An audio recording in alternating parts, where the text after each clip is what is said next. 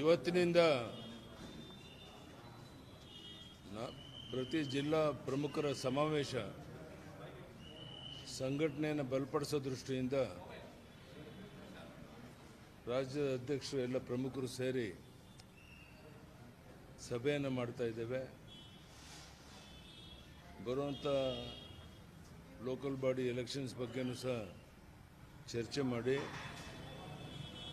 ಈ ಸರ್ಕಾರದ ದುರಾಡಳಿತವನ್ನು ಜನರಿಗೆ ಗಮನಕ್ಕೆ ತರೋದ್ರ ಮೂಲಕ ನಮ್ಮ ಪಕ್ಷದ ಅಭ್ಯರ್ಥಿಯನ್ನು ಗೆಲ್ಲಿಸೋ ಕಡೆ ವಿಶೇಷವಾದ ಗಮನ ಕೊಡಬೇಕು ಅಂತ ತೀರ್ಮಾನ ಮಾಡಿದ್ದೇವೆ. ಅದರಂತೆ ಇವತ್ತು ಸಭೆ ನಡೀತಾ ಇದೆ.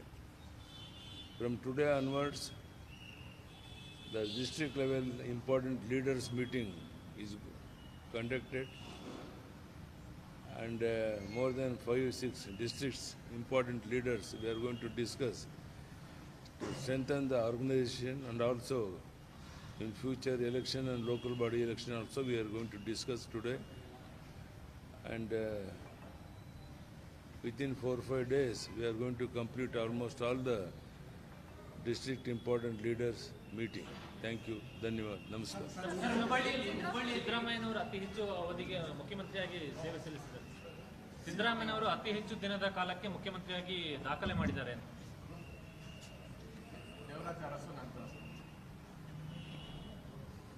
ಆ ರೀತಿ ಒಂದು ಒಳ್ಳೆಯ ಕೆಲಸವನ್ನು ಮಾಡಿ ಒಂದು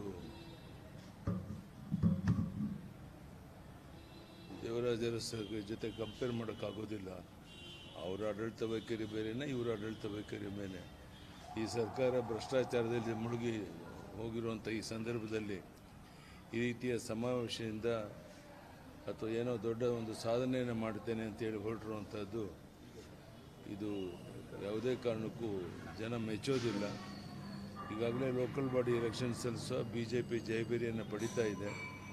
ಮುಂದಿನ ಚುನಾವಣೆಯಲ್ಲೂ ಸಹ ನಾವು ನಿಶ್ಚಿತವಾಗಿ ದೊಡ್ಡ ಒಂದು ಬಹುಮತದೊಂದಿಗೆ ಸರ್ಕಾರ ರಚನೆ ಮಾಡಬೇಕು ಅಂತ ದೃಷ್ಟಿಯಿಂದ ಕೆಲಸವನ್ನು ಮಾಡ್ತಿದ್ದಾರೆ. ನಮ್ಮ ಕಾರ್ಯಕರ್ತರು ಸಹ ತುಂಬ ಉತ್ಸಾಹದಿಂದ ಮುಂದೆ ಬಂದಿದ್ದಾರೆ, ಕೆಲಸ ಮಾಡ್ತಾ ಇದ್ದಾರೆ.